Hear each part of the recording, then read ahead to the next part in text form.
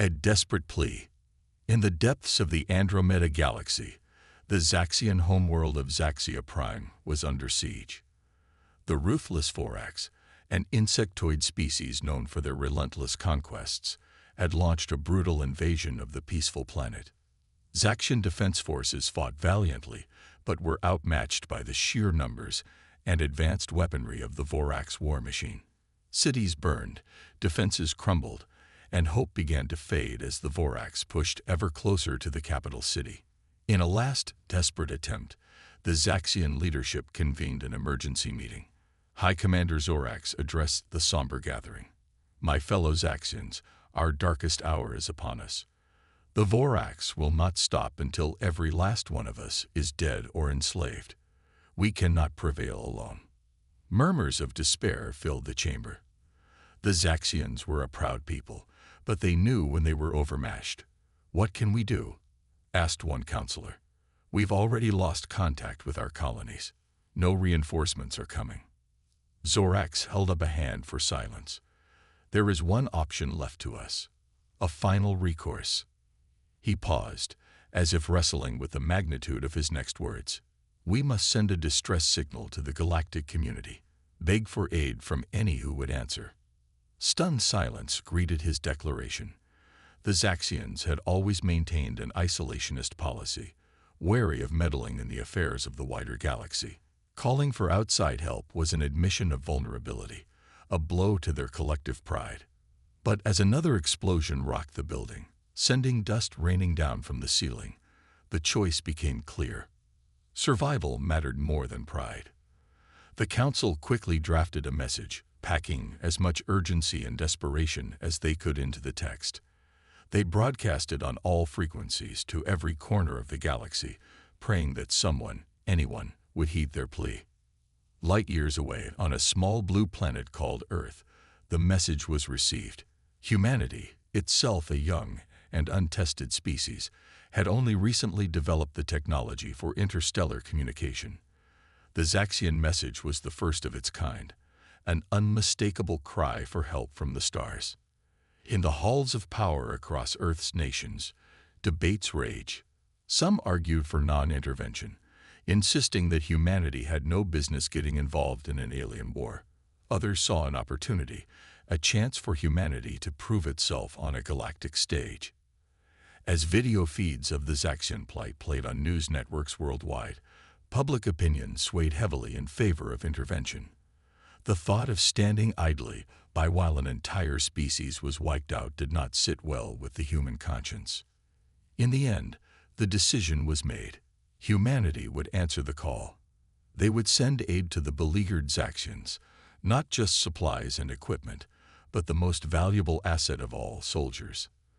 The best of the best, the most elite troops from across Earth's militaries, were quickly assembled. The first Interstellar Expeditionary Force, a merger of special operations units from dozens of countries, was born. Led by grizzled veterans of Earth's own conflicts, the first IEF boarded sleek new ships, built in secret and equipped with humanity's most advanced technology. As they set off toward Zaxia Prime, they knew they were heading into the unknown, into a war they barely understood, to fight an enemy they had never seen.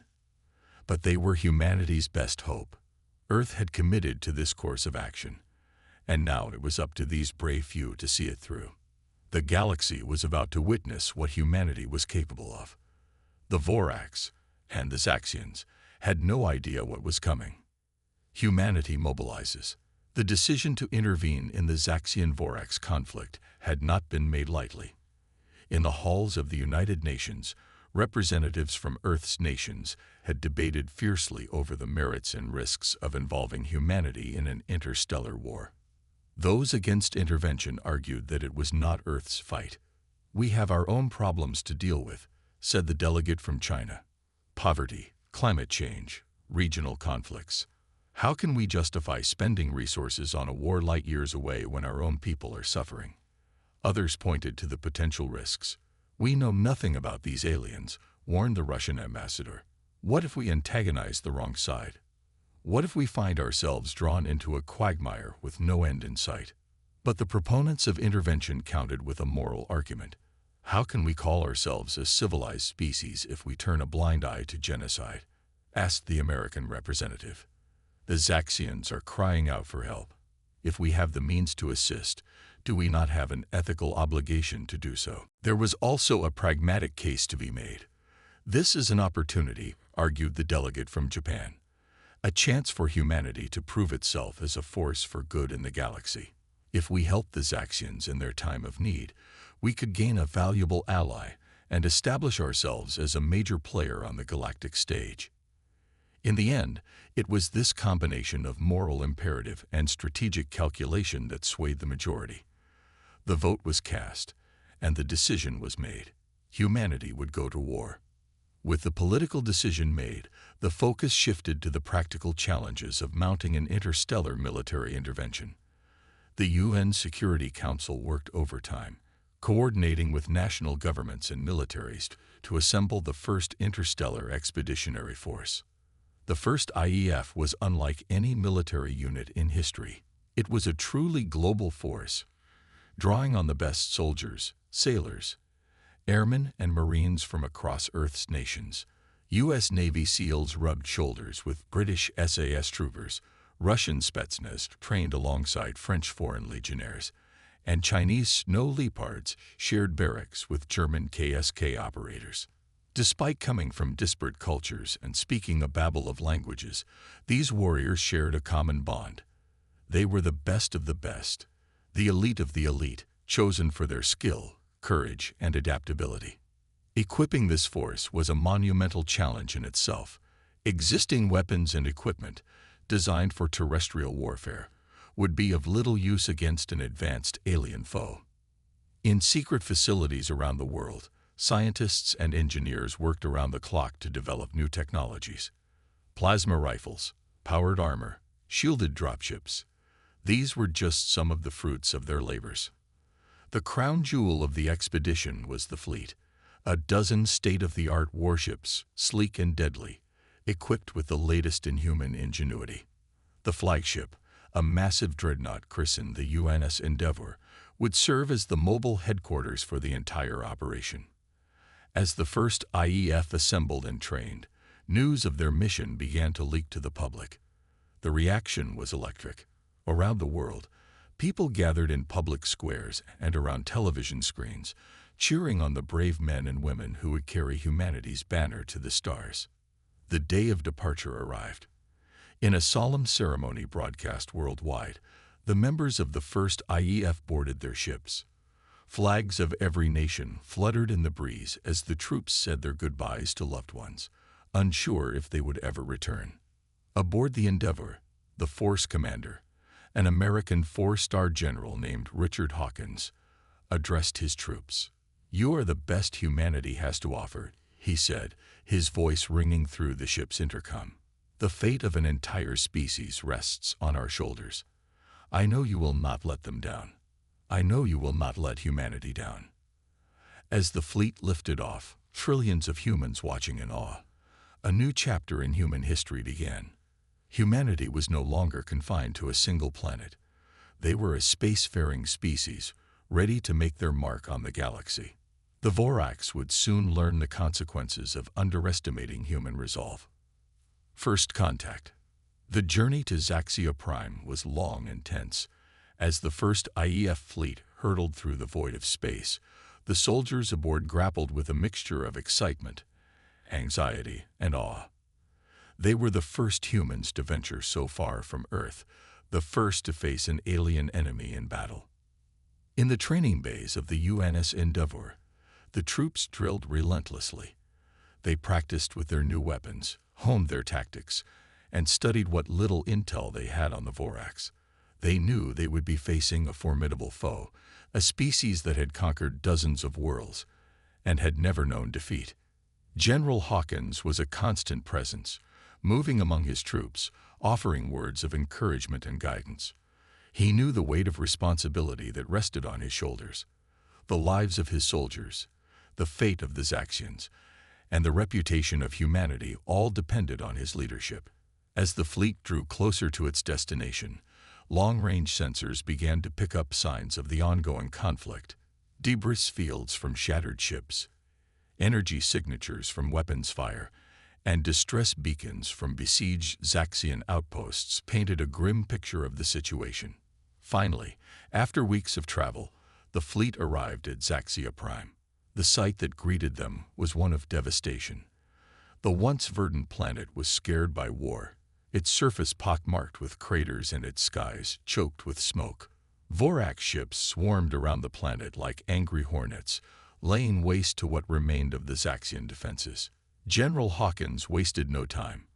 He ordered the fleet into combat formation and hailed the Zaxian leadership. "This is General Richard Hawkins of the United Nations, 1st Interstellar Expeditionary Force. We are here in response to your distress call.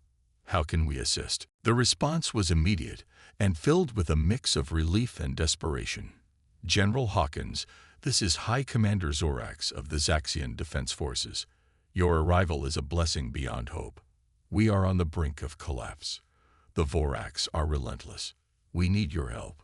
Arrangements were made for Hawkins and his top officers to shuttle down to the Zaxian capital for a face-to-face meeting with the Zaxian leadership. As the human delegation stepped off their shuttle, they were greeted by a scene of controlled chaos. Zaxian soldiers, many of them wounded, rushed about, moving supplies and manning defenses. Civilians huddled in makeshift shelters, their faces etched with fear and exhaustion. The air thrummed with the distant sound of battle. High Commander Zorax was waiting for them. He was a tall, slender being, with bright purple skin and large, expressive eyes. Despite the dire situation, he carried himself with a regal bearing, a testament to the proud warrior culture of the Zaxians. "General Hawkins," he said, clasping the human's hand in a firm grip, "your presence here gives us hope. But I must warn you, the situation is grim. The Vorax control most of the planet. We are fighting a losing battle." Hawkins nodded, his face set in a determined expression. "We're here to even the odds, Commander. My troops are the best Earth has to offer. We'll fight alongside you, for as long as it takes." As the two leaders began to discuss strategy and coordinate their forces, tensions began to simmer beneath the surface. The Zaxians, despite their gratitude, were wary of these alien newcomers. And the humans, for all their advanced technology and training, were stepping onto a battlefield unlike any they had ever known. Cultural differences and lingering mistrust threatened to undermine the fragile alliance. Arguments broke out over tactics and priorities. Some Zaxian officers bristled at taking orders from human commanders, but Hawkins and Zorax worked tirelessly to bridge the gap. They knew that unity was their only hope against the Vorax. As the planning session stretched long into the night, a grudging respect began to grow between the two forces. They were different, yes, but they shared a common goal: survival. Out in the training fields, human and Zaxian soldiers began to drill together, learning from each other's strengths and covering each other's weaknesses. It was a testament to the adaptability of both species, a sign of hope amidst the darkness of war. But the real test was yet to come. The Vorax, no doubt surprised by the sudden appearance of a new enemy, were marshaling their forces for a major offensive. The fate of Zaxia Prime and the future of human-Zaxian relations would be decided in the battles to come. Proving ground. The first major engagement between the allied human-Zaxian forces and the Vorax came sooner than expected. Just days after the first IES arrival, long-range sensors detected a massive Vorax fleet moving towards Zaxia Prime. The Allied commanders recognized the move for what it was: an attempt to crush the reinforced defenders before they could fully integrate and coordinate their forces. The Vorax, it seemed, were not willing to give up their prize without a fight. General Hawkins, in consultation with High Commander Zorax, devised a bold plan. Rather than wait for the Vorax to reach Zaxia Prime and engage in a defensive battle, the Allies would meet the enemy head-on, in the depths of space. It was a risky move. The Vorax fleet was larger and more experienced in space combat. But Hawkins and Zorax agreed that a preemptive strike could catch the Vorax off guard and even the odds. As the Allied fleet moved out to intercept the Vorax, tension aboard the ships was palpable. Human crews, many of whom had never seen combat before, manned their stations with a mixture of resolve and apprehension. Zaxian warriors, still nursing wounds from previous battles, prepared to fight once again for their homeworld. The two fleets met in a distant star system, far from any inhabited worlds. The Vorax ships, dark and menacing, bristled with weapons. They moved with a deadly grace, a testament to their long history of conquest and domination. In contrast, the Allied fleet was a patchwork of human and Zaxian designs, a reflection of the hasty alliance forged in the fires of war.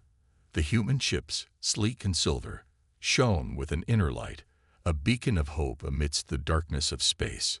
The battle began with an exchange of long-range fire, energy beams, and missiles crisscrossing the void. The Vorax, with their superior numbers, pressed the attack, seeking to overwhelm the Allies with sheer firepower. But the humans and Zaxians held their ground. The human ships, equipped with advanced shielding technology, absorbed the brunt of the Vorax assault. Zaxian fighters, nimble and agile, darted among the enemy fleet, picking off targets of opportunity. As the battle wore on, however, the tide began to turn against the Allies. The Vorax, with their advanced technology and battle-hardened crews, began to exploit weaknesses in the Allied defenses. Human ships, their shields battered and failing, began to fall under the relentless onslaught. On the bridge of the UNS Endeavour, General Hawkins watched the tactical displays with growing concern. They were losing ships faster than they could afford.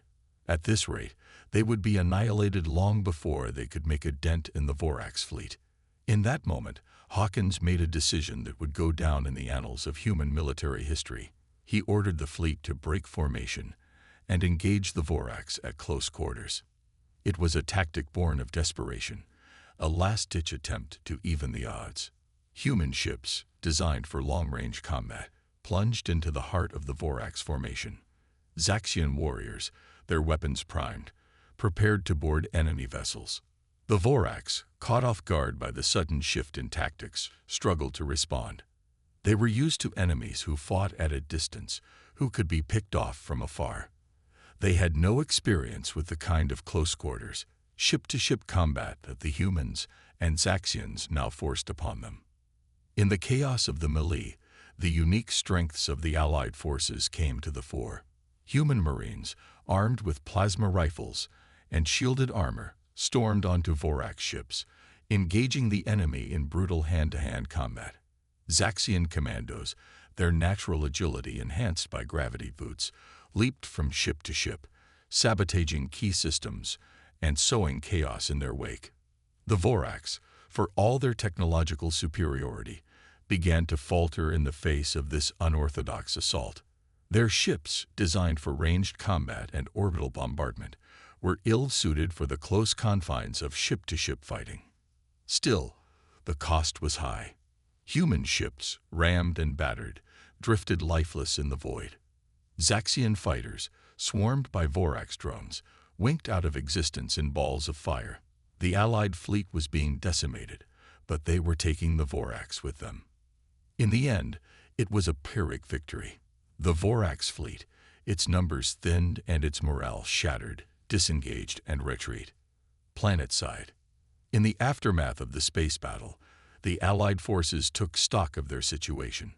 They had dealt a significant blow to the Vorax fleet, but at a terrible cost. Over half of the human ships had been destroyed or severely damaged, and Zaxian losses were just as heavy. But there was no time to grieve. The Vorax, though badly mauled, still held a firm grip on Zaxia Prime. Intelligence reports indicated that they were regrouping for a final devastating assault on the Zaxian capital. High Commander Zorax, his face grim, addressed the Allied leadership. The Vorax know they cannot win in space, not anymore. So they will seek to win on the ground. They will throw everything they have at the capital to crush us before we can mount a counterattack. General Hawkins nodded, his jaw set. Then that's where we'll meet them. We'll draw a line in the sand and hold it, no matter the cost. The plan was set. The remaining human and Zaxian ships would establish a defensive perimeter around the capital, while ground forces would be deployed to bolster the city's defenses. As dropships ferried troops and equipment to the surface, the scale of the task ahead became clear. The capital, once a gleaming metropolis, was now a war-torn shell. Buildings lay in ruins, streets were choked with rubble, and the air was thick with smoke and the stench of death. But amid the destruction, the Allies found reason for hope. The Zaxian defenders, though battered and weary, greeted the human reinforcements with cheers and embraces. For the first time in months, they dared to believe that victory might be possible. The human Marines, their armor scared and their faces grim, set about fortifying key positions. They erected barricades, dug trenches, and set up fields of fire. They worked side by side with their Zaxian counterparts, language barriers and cultural differences forgotten in the shared purpose of survival. The Vorax assault, when it came, was like nothing the human soldiers had ever experienced. Wave after wave of insectoid warriors swarmed over the city's defenses, their chitinous armor gleaming in the harsh sunlight. They came on foot, in armored vehicles, and even burrowing up from beneath the earth. The fighting was brutal and unrelenting. The Vorax, driven by a single-minded imperative to conquer and destroy, threw themselves at the Allied lines with no regard for their own lives. Human Marines, their weapons running hot, mowed down rank after rank of the enemy, only to see more take their place. In the close confines of urban combat, the humans' advanced technology was less of an advantage. Plasma rifles and powered armor could only do so much in the face of overwhelming numbers and the Vorax's natural ferocity. It was in these desperate hours that the true mettle of the human soldiers was tested. They fought with a tenacity and resilience that astonished their Zaxian allies.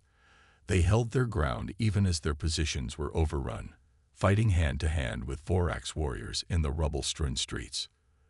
There were moments of incredible heroism. A human sergeant, his leg torn off by a Vorax claw, continued to lay down fire until his last breath. A Zaxian medic, her own body riddled with wounds, dragged injured human soldiers to safety under a hail of enemy fire. Day after day, the battle raged. The city, already ravaged by months of war, was reduced to a smoldering wasteland. The streets ran red with the blood of human, Zaxian, and Vorax alike. But through it all, the Allies held on. They gave ground only when they had no choice, and they made the Vorax pay dearly for every inch.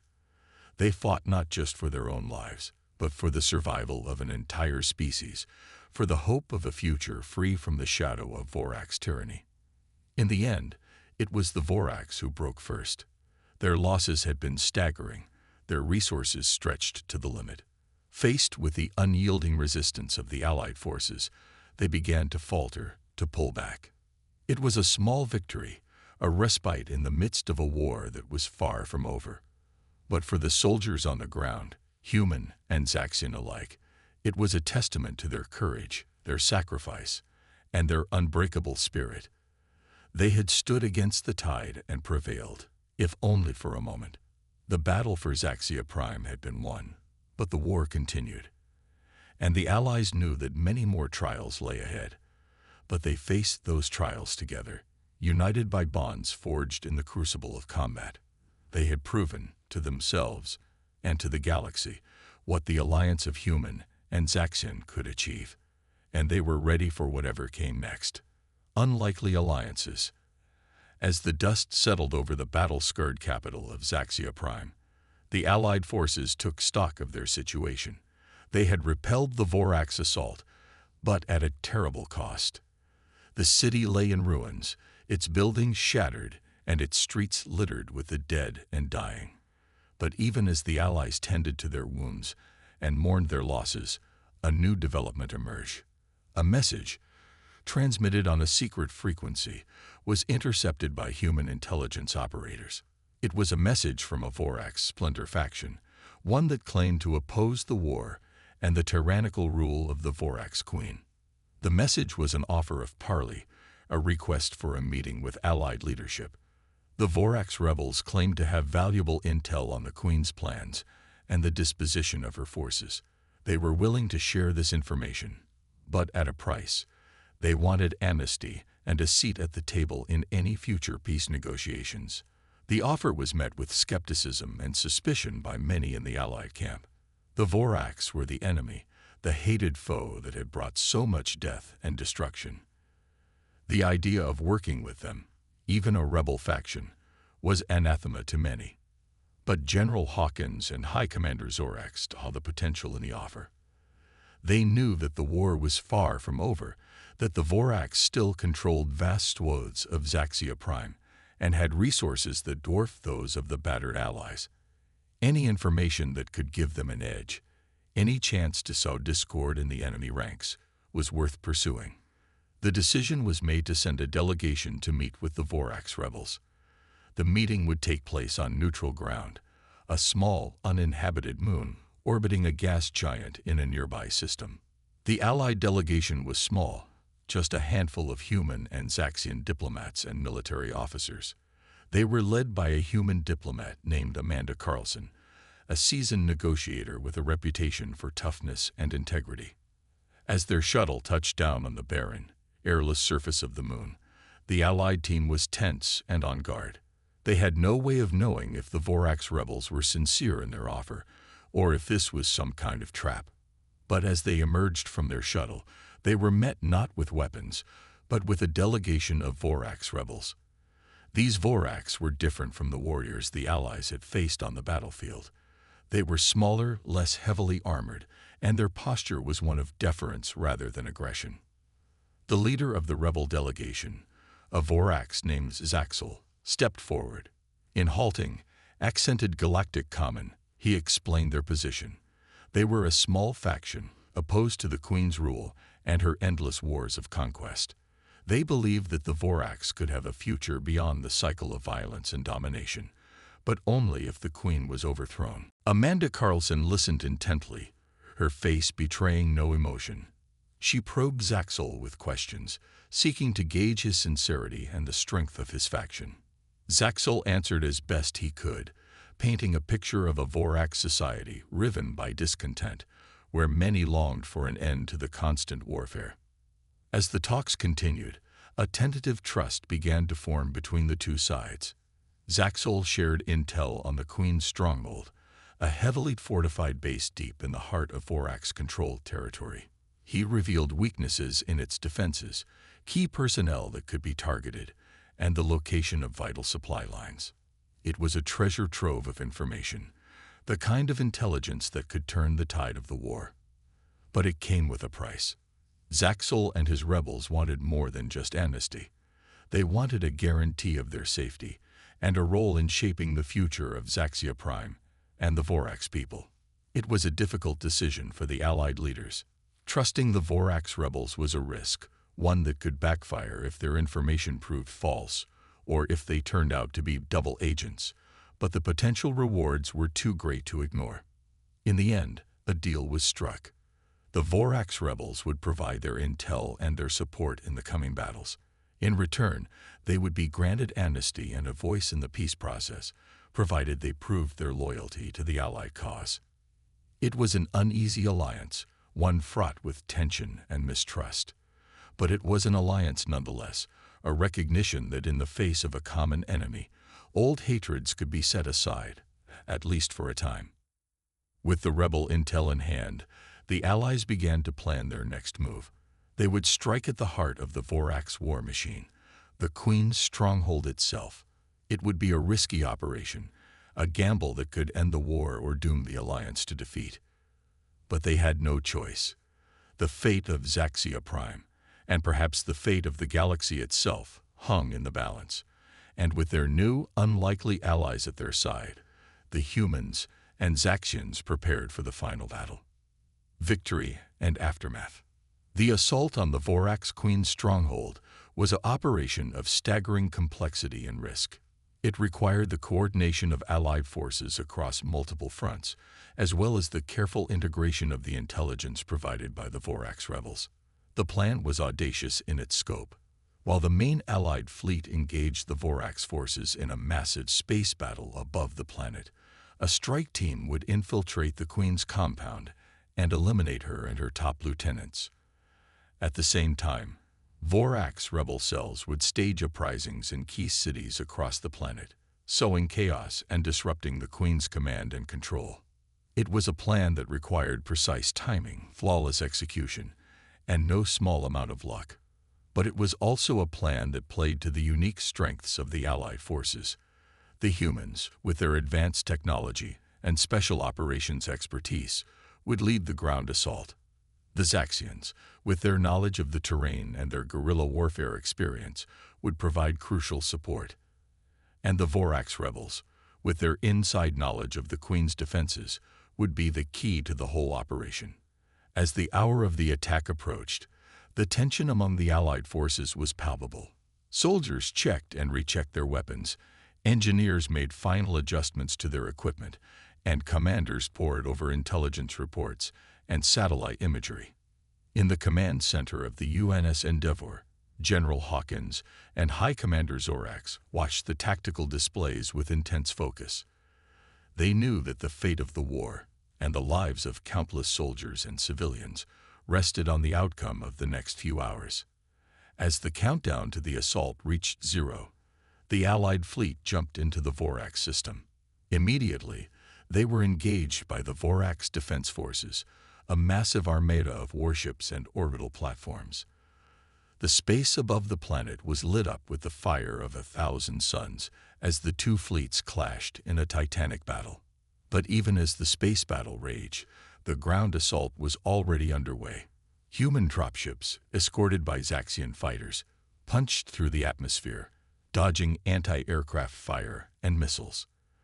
They touched down in the heart of the Queen's compound, disgorging squads of heavily armed Marines and Zaxian commandos. The fighting was intense and brutal. The Queen's personal guard, the most elite of the Vorax warriors, fought with fanatical zeal. They had been bred and trained for this moment, to defend their Queen to the last breath. But the Allied forces were just as determined. They fought with a courage and ferocity that matched that of their enemy.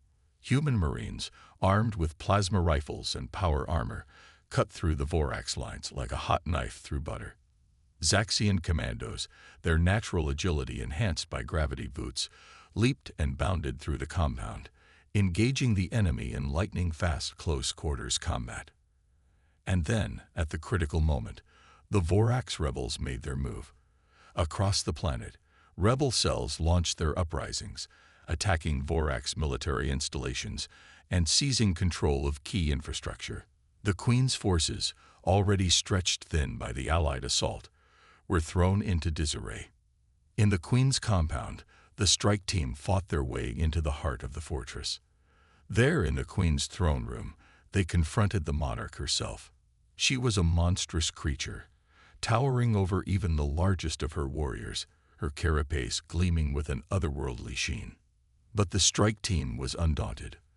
With the Vorax rebel leader Zaxel at their side, they engaged the Queen in a final desperate battle.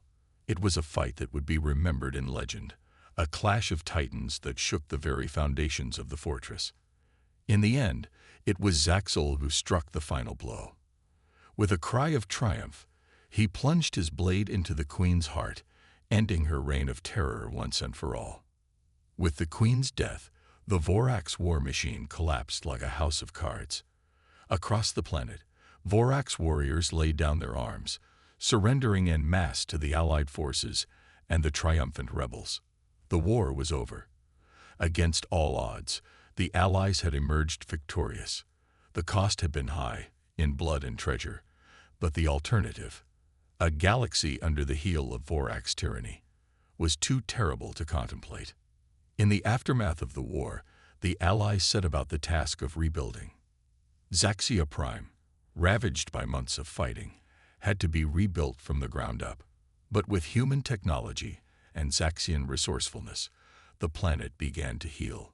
The Vorax, too, had to find a new way forward. With the Queen gone and their old order shattered, they looked to the rebels for leadership. Zaxel, the unlikely hero of the war, became the de facto leader of the Vorax people.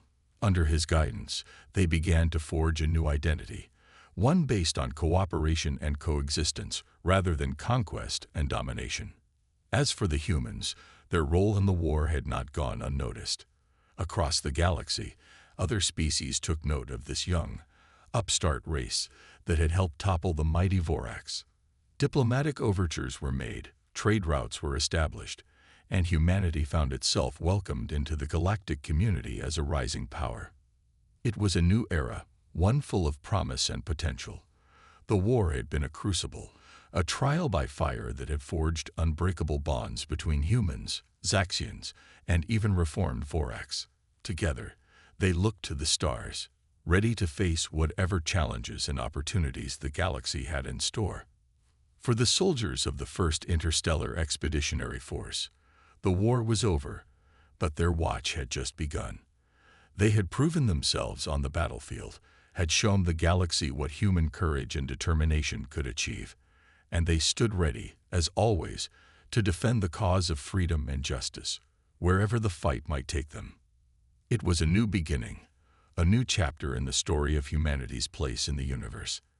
And as the Allied ships set course for home, the stars seemed to shine a little brighter, a little more full of promise. The galaxy would never be the same, and humanity would be at the forefront of shaping its future.